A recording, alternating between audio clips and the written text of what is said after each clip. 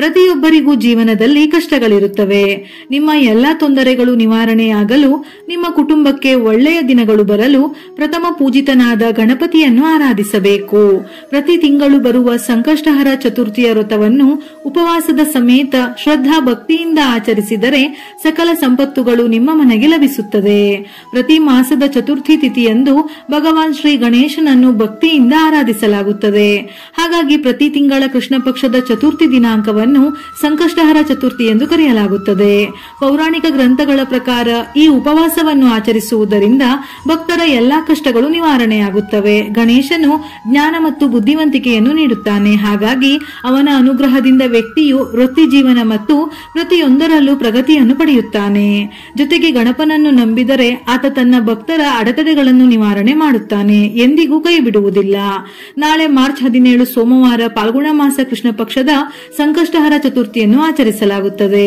ಚತುರ್ಥಿ ತಿಥಿ ಸಮಯವು ಮಾರ್ಚ್ 17 ಸೋಮವಾರ ಸಂಜೆ 7:33 ಪ್ರಾರಂಭವಾಗಿ ಮಾರ್ಚ್ 18 ಮಂಗಳವಾರ ರಾತ್ರಿ 10:10 ಮುಕ್ತಾಯವಾಗುತ್ತದೆ. ಚಂದ್ರೋದಯದ ಸಮಯವನ್ನು ಗಣನೆಗೆ ತೆಗೆದುಕೊಂಡು ಮಾರ್ಚ್ 17ರಂದೇ ಸಂಕಷ್ಟಹರ ಚತುರ್ಥಿಯನ್ನು ಆಚರಿಸಲಾಗುತ್ತದೆ.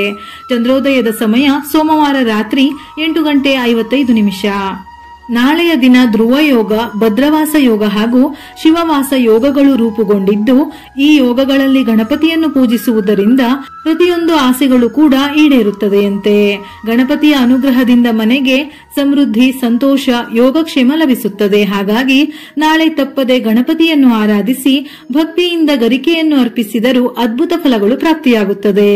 ಪ್ರತಿ ತಿಂಗಳು ಗಣೇಶನನ್ನು ಬೇರೆ ಬೇರೆ ಹೆಸರುಗಳಿಂದ ಸ್ತುತಿಸುತ್ತೇವೆ. ಫಾಲ್ಗುಣ ಮಾಸ ಕೃಷ್ಣ ಪಕ್ಷದ ಸಂಕಷ್ಟಹರ ಚತುರ್ಥಿಯನ್ನು ಬಾಲಚಂದ್ರ ಸಂಕಷ್ಟಹರ ಚತುರ್ಥಿ ಎಂದು ಆಚರಿಸಲಾಗುತ್ತದೆ. ಈ ಸಂಕಷ್ಟಹರ ಚತುರ್ಥಿಗೆ ಹೆಚ್ಚಿನ ಧಾರ್ಮಿಕ ಮಹತ್ವವಿದೆ.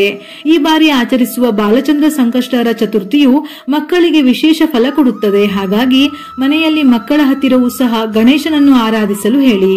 ಸಂಕಷ್ಟಹರ ಚತುರ್ಥಿ ವ್ರತವನ್ನು ಚಿಕ್ಕ ಮಕ್ಕಳು ಆಚರಿಸಲು ಸಾಧ್ಯವಿರುವುದಿಲ್ಲ. ಹಾಗಾಗಿ ಗಣೇಶನಿಗೆ ಸಂಬಂಧಪಟ್ಟಂತಹ ಶ್ಲೋಕ ಮಂತ್ರಗಳನ್ನು ಪಠಿಸಲು ಹೇಳಿ. ಮಕ್ಕಳ ಕೈಯಲ್ಲಿ ನಿಮ್ಮ ಕೈಲಾದದ್ದು ಏನಾದರೂ ದಾನ ಮಾಡಿಸಿ. ಪೂಜೆಯ ಸಮಯದಲ್ಲಿ ಗಣೇಶನಿಗೆ ಸಂಬಂಧಪಟ್ಟ ಗಣೇಶ ಅಷ್ಟೋತ್ತರ, ಗಣಪತಿ ಉಪನಿಷತ್, ವೇದ ಮಂತ್ರಗಳನ್ನು ಪಠಿಸಬಹುದು. ಸಂಕಷ್ಟಹರ ಸ್ತೋತ್ರ, ವಕ್ರತುಂಡ ಮಹಾಕಾಯ ಅಥವಾ ಯಾವುದಾದರೂ ಗಣೇಶನಿಗೆ ಸಂಬಂಧಪಟ್ಟಂತಹ ಮಂತ್ರ ಶ್ಲೋಕಗಳನ್ನು ಸಂಕಷ್ಟ ಚತುರ್ಥಿ ವೇಳೆ ಪಠಿಸಬಹುದು. ಇಲ್ಲವಾದರೆ ವಿಶೇಷವಾಗಿ ಓಂ ಬಾಲಚಂದ್ರಾಯ ನಮಃ ಈ ಶ್ಲೋಕವನ್ನು 21 ಬಾರಿ ಅಥವಾ 108 ಬಾರಿ ಪಠಿಸಬಹುದು. ಇದರ ಜೊತೆಯಲ್ಲಿ ಸಂಕಷ್ಟಹರ ಚತುರ್ಥಿ ವ್ರತದ ಕಥೆಯನ್ನು ಈ ದಿನ ತಪ್ಪದೇ ಓದಲೇಬೇಕು. ಈ ದಿನ ಗಣಪತಿಗೆ ಬಿಳಿ, ಕೆಂಪು, ಹಳದಿ ಬಣ್ಣದ ಹೂವುಗಳನ್ನು ಅರ್ಪಿಸಿದರೆ ಉತ್ತಮ. ಎಲ್ಲಕ್ಕಿಂತಲೂ ಎಕ್ಕದ ಹೂವಿದ್ದರೆ ಬಹಳ ಶ್ರೇಷ್ಠ. ಬಿಳಿ ಎಕ್ಕದ ಹೂವಿನ ಹಾರ ಅಥವಾ ಗರಿಕೆಯನ್ನು ಸಮರ್ಪಿಸಿ ನೈವೇದ್ಯಕ್ಕೆ ಪಂಚಕಜ್ಜಾಯ, ಬಾಳೆಹಣ್ಣು, ಹಸಿ ಹಾಲು ಅಥವಾ ಬೆಲ್ಲವನ್ನು ಅರ್ಪಿಸಬಹುದು. ಈ ದಿನ ಕೆಂಪು ದಾಸವಾಳ ಹೂವನ್ನು ಅರ್ಪಿಸಿದರೂ ಸಾಕು, ನಿಮ್ಮ ಪ್ರತಿಯೊಂದು ಸಂಕಷ್ಟಗಳು ಪರಿಹಾರವಾಗುತ್ತವೆ. 21 ಎಕ್ಕದ ಎಲೆಯ ಹಾರವನ್ನು ಮಾಡಿ ಗಣೇಶನಿಗೆ ಅರ್ಪಿಸಿದರೂ ಬಹಳ ಒಳ್ಳೆಯದು.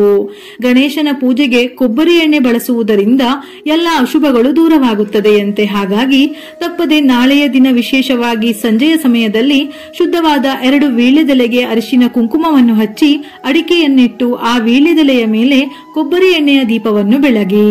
ಒಂದು ವೇಳೆ ಕೊಬ್ಬರಿ ಎಣ್ಣೆಯ ದೀಪ ಬೆಳಗಲು ಸಾಧ್ಯವಿಲ್ಲವೆಂದಾದರೆ ತುಪ್ಪದ ದೀಪವನ್ನು ಹಚ್ಚಬಹುದು. ಜ್ಯೋತಿಷ್ಯ ಶಾಸ್ತ್ರದ ಪ್ರಕಾರ ಹಸುವಿಗೆ ದೂರ್ವೆಯ ಹಸಿರು ಹುಲ್ಲನ್ನು ತಿನ್ನಿಸಿದರೆ ಮನೆಯಲ್ಲಿ ನಕಾರಾತ್ಮಕ ಶಕ್ತಿ ಇದ್ದರೆ ನಿವಾರಣೆಯಾಗುತ್ತದೆ. ಗಣೇಶನಿಗೆ 1 ಕರ್ಪೂರ ಮತ್ತು 6 ಲವಂಗವನ್ನು ಅರ್ಪಿಸಿ. ಇದರ ಜೊತೆಯಲ್ಲಿ ಕೆಂಪು ಮತ್ತು ಹಳದಿ ಮಿಶ್ರಿತ ಕಲವಾದಾರವನ್ನು ಗಣೇಶನ ಪಾದದಲ್ಲಿ ಇಟ್ಟು ಪೂಜಿಸಿ. ಪೂಜೆಯ ನಂತರ ಆ ಕಲವಾದಾರವನ್ನು ನಿಮ್ಮ ಕೈಯಲ್ಲಿ ಕಟ್ಟಿಕೊಳ್ಳಿ. ಪುರುಷರು ಮತ್ತು ಅವಿವಾಹಿತ ಹೆಣ್ಣು ಮಕ್ಕಳು ಬಲಗೈಯಲ್ಲಿ, ವಿವಾಹಿತ ಮಹಿಳೆಯರು ಎಡಗೈಯಲ್ಲಿ ಕಟ್ಟಬೇಕು. ಹೀಗೆ ಮಾಡುವುದರಿಂದ ಕೆಲಸದ ಸ್ಥಳದಲ್ಲಿ ನೀವು ಬಯಸಿದ ಯಶಸ್ಸನ್ನು ಪಡೆಯಬಹುದು. ಏಲಕ್ಕಿ ಹಣವನ್ನು ಆಕರ್ಷಿಸುತ್ತದೆ. ಹಾಗಾಗಿ ನಾಳೆಯ ದಿನ ಹಳದಿ ಬಣ್ಣದ ದಾರದಲ್ಲಿ 21 ಏಲಕ್ಕಿಯಿಂದ ಹಾರವನ್ನು ತಯಾರಿಸಿ ಗಣೇಶನಿಗೆ ಅರ್ಪಿಸಿ. ಮನೆಯಲ್ಲಿ ಸಾಧ್ಯವಿಲ್ಲವೆಂದಾದರೆ ದೇವಸ್ಥಾನಕ್ಕೆ ಹೋಗಿ ಅರ್ಪಿಸಬಹುದು. ಇದರಿಂದ ಹಣಕಾಸಿನ ಸಮಸ್ಯೆಗಳು ಏನಿದ್ದರೂ ಪರಿಹಾರವಾಗುತ್ತದೆ. ಗಣೇಶ ಚಾಲಿಸವನ್ನು ಓದಿದರೆ ಎಲ್ಲಾ ರೀತಿಯ ದುಃಖಗಳಿಂದ ಮುಕ್ತಿ ಸಿಗುತ್ತದೆ. ಸಂಕಷ್ಟಹರ ಚತುರ್ಥಿ ವ್ರತದ ಫಲವು ಸಂಪೂರ್ಣವಾಗಿ ಸಿಗಬೇಕೆಂದರೆ ಚಂದ್ರೋದಯದ ನಂತರ ಚಂದ್ರದೇವನನ್ನು ನೆನೆದು ನೀರು, ಶ್ರೀಗಂಧ, ಅಕ್ಕಿ, ಹೂವುಗಳನ್ನು ಅರ್ಪಿಸಿ ನಂತರ ಉಪವಾಸವನ್ನು ಮುಕ್ತಾಯ ಮಾಡಿ ವ್ರತವನ್ನು ಕೊನೆಗೊಳಿಸಲಾಗುತ್ತದೆ.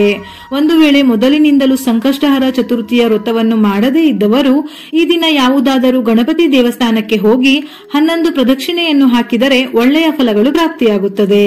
ಈ ದಿನ ನಿಮ್ಮ ಮಕ್ಕಳ ಕೈಯಲ್ಲಿ ಶಿಕ್ಷಣಕ್ಕೆ ಸಂಬಂಧಪಟ್ಟ ವಸ್ತುಗಳು, ಪುಸ್ತಕ, ಪೆನ್ನು, ಪೆನ್ಸಿಲ್ ಇಂಥವುಗಳನ್ನು ದಾನ ಮಾಡಿಸಿದರೆ ಬಹಳ ಒಳ್ಳೆಯದು. ತುಪ್ಪವನ್ನು ದಾನ ಮಾಡುವುದರಿಂದ ಈ ದಿನ ಮನೆಗೆ ಸಕಾರಾತ್ಮಕತೆಯ ಶಕ್ತಿ ಹೆಚ್ಚಾಗುತ್ತದೆ. ಬೆಲ್ಲವನ್ನು ದಾನ ಮಾಡುವುದರಿಂದ ನಿಮ್ಮ ಸಮಸ್ಯೆಗಳಿಗೆ ಪರಿಹಾರ ಸಿಗುತ್ತದೆ. ಗಣಪತಿಯ ಆರಾಧನೆಗೆ ಗರಿಕೆ ಇಲ್ಲವೆಂದರೆ ಆ ಪೂಜೆಯ ವ್ಯರ್ಥವೆಂದು ಹೇಳುತ್ತಾರೆ. ಹಾಗಾಗಿ ಈ ದಿನ ತಪ್ಪದೆ ಏನೂ ಮಾಡಲು ಸಾಧ್ಯವಿಲ್ಲವೆಂದರೂ ಗರಿಕೆಯನ್ನು ಗಣಪತಿಗೆ ಅರ್ಪಿಸಿ ಶ್ರದ್ಧಾ ಭಕ್ತಿಯಿಂದ ಪೂಜಿಸಿದರೂ ಗಣಪತಿಯ ಅನುಗ್ರಹ ಸಿಗುತ್ತದೆ. ಈ ದಿನ ಗಣಪನನ್ನು ಭಕ್ತಿಯಿಂದ ಪೂಜಿಸಿ ಉಪವಾಸವನ್ನು ಕಟ್ಟುನಿಟ್ಟಾಗಿ ಪಾಲಿಸಿದಲ್ಲಿ ಸಂತೋಷ, ಅದೃಷ್ಟ ಎಲ್ಲವೂ ದುಪ್ಪಟ್ಟಾಗುತ್ತದೆ.